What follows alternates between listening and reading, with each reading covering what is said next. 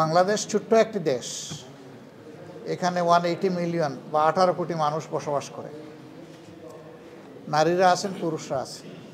আমাদের এটা একটা সাজানো ফুলের বাগান। এই বাগানে বেসিক্যালি 4টা ধর্মের মানুষ আমরা এখানে বসবাস করি। আমরা মিলেমিশে বসবাস করব, এটি আমাদের সকলের চাহিদা। কিন্তু মাঝে মধ্যে কিছু উতুম পেছা আমাদের বাগানে ঢুকে যায়, ঢুকে আমাদের ফুলকে এলোমেলো করে দিতে চায়, আমাদের সৌন্দর্য ধ্বংস করতে চায়, আমাদের মিউচুয়াল হারমোনি বা পারস্পরিক যে সংহতি আমাদের আছে এটা নষ্ট করতে চায়। আমরা এটাকে তীব্রভাবে ঘৃণা করি। এবং আমরা যুগের পর যুগ একসাথে বসবাস করছি। আমাদের সহকর্মীদেরকে আপনারা চিনেন। আশা করি এ ব্যাপারে আপনারা একমত হবেন আমার সাথে, যে আমাদের সহকর্মীরা মানুষের সামনে দৃশ্যমান যে সমস্ত সামাজিক উপক্রম আছে এগুলোর সাথে আমাদের সহকর্মীদের কোনো সম্পর্ক নেই। আমাদের লোকেরা চাঁদাবাজি করে, অন্যায়ভাবে কারো সম্পত্তি দখল করে, কারো ইজ্জতের উপরে হাত দেয় না, চুরি ডাকাতি করে না।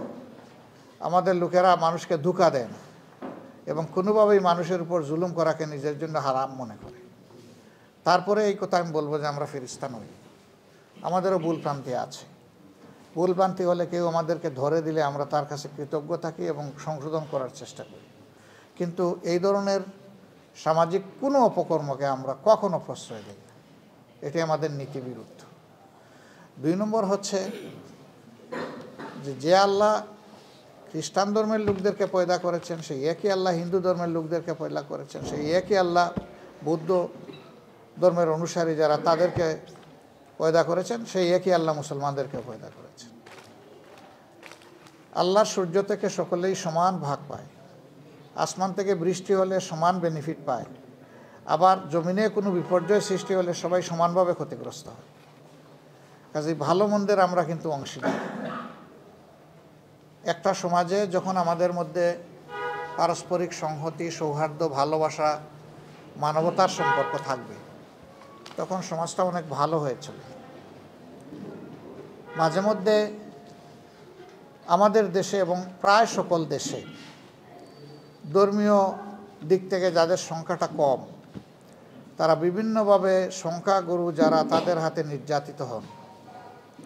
আমরা নাগরিকদেরকে এই 2 ভাগে ভাগ করতে চাই না, আমরা এটার বিরোধী। আমাদের ফিলোসফি হচ্ছে যে প্রিয় দেশে যারাই এখানকার নাগরিক, এটা জন্মসূত্রে হোক অথবা ডোমিসাইলড হোক, তাদের সকলের অধিকার সমান। এখানে ধর্মের ভিত্তিতে অধিকার ভাগাভাগি হবে না। মানুষের যে 4টি মৌলিক অধিকার রাষ্ট্রের কাছে আছে, এই 4 অধিকার সকলে সমানভাবে ভোগ করবে। একটা সন্তান জন্ম নেওয়ার পর সচ্ছল পরিবারের লোকেরা তাদের আর্থিক যোগান দিয়ে সন্তানকে মানুষ করবে, লেখাপড়া করাবে। কিন্তু যার আর্থিক যোগান দেওয়ার সঙ্গতি নাই, তার দায়িত্ব সরকারকে, রাষ্ট্রকে নিতে হবে। যদি রাষ্ট্র নেয় রাষ্ট্রেরই কল্যাণ হবে, যদি না নেয় রাষ্ট্রের অকল্যাণ হবে। কারণ এই মানব সন্তান যখন সুশিক্ষা থেকে বঞ্চিত হবে, তখন একদিন বড় বড় হাইরেজ বিল্ডিংয়ের দিকে তাকাবে আর বলবে, তুমিও মানুষ আমিও মানুষ, তো আমার অবস্থা যেমন কেন? তখন তার মধ্যে কিন্তু বিদ্রোহের আগুন জ্বলে উঠবে, যে আমাকে ডেপ্রাইভ করে এই 20 তলা 34 তলা হয়েছে। সে কিন্তু আমাকে রেসপেক্ট করবে না, আমি যে 20 তলায় থাকি। সে আমাকে ঘৃণা করবে। তাকে ঘৃণা করতে আমি শিখিয়েছি।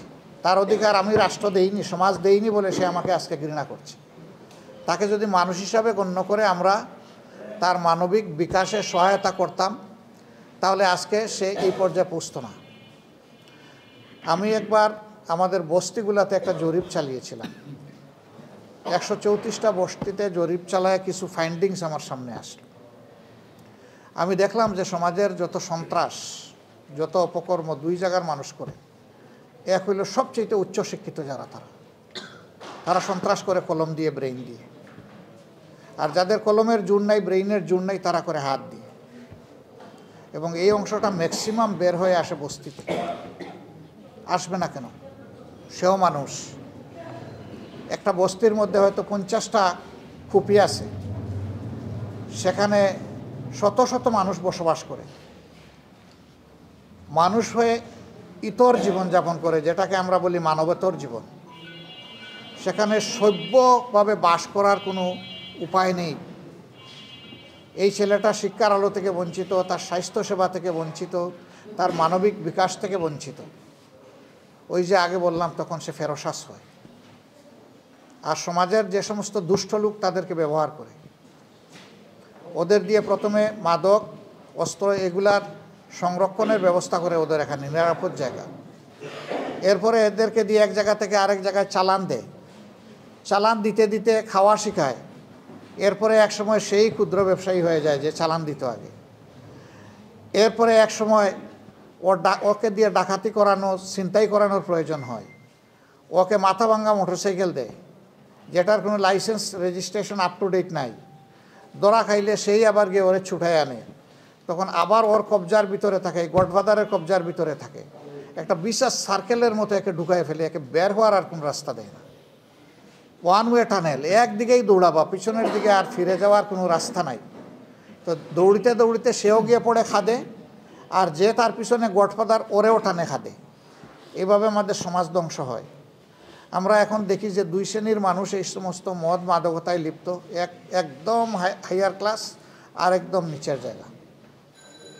এর জন্য আমরা সমাজ দায়ী, রাষ্ট্র দায়ী, রাজনীতিবিদরা দায়ী, আমাদের দেশের কলুষিত রাজনীতি দায়ী।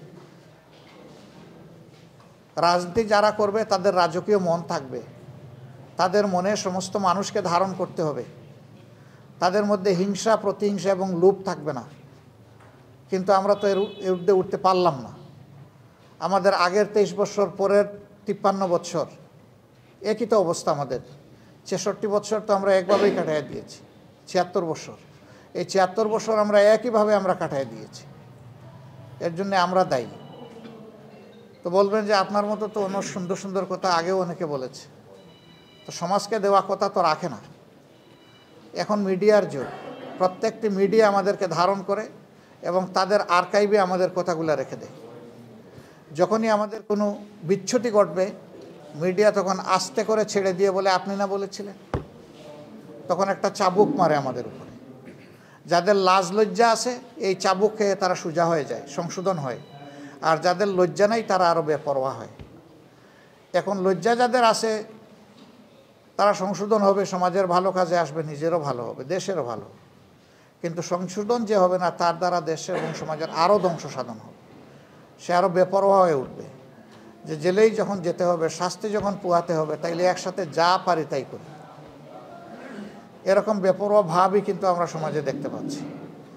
আমি দায়িত্ব নিয়ে বলতে পারি এবং বিশ্বাস করি, রাজনীতিবিদরা ঠিক হয়ে গেলে দেশের 99% মানুষ ঠিক হয়ে যায়। কিন্তু রাষ্ট্রের শাসকরা যদি ঠিক না হয়, তাইলে কাউকেই ঠিক করা সম্ভব না।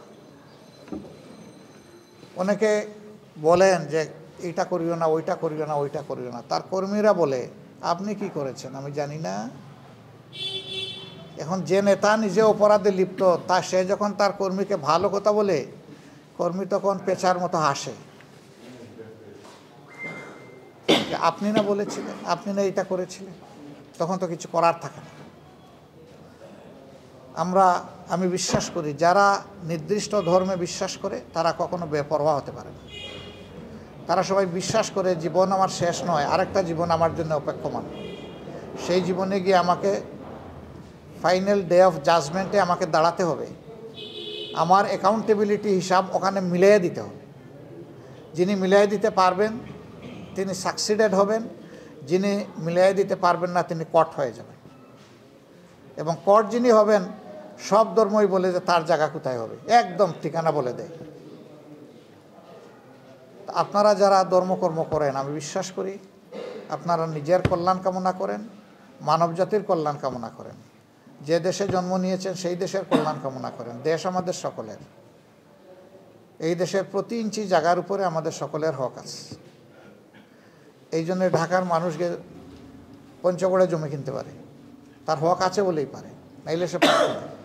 এখন শুধু সম্পদের মালিক হওয়াই আমার দায়িত্ব নয়, বরঞ্চ এই সম্পদকে রক্ষা করা আমার দায়িত্ব।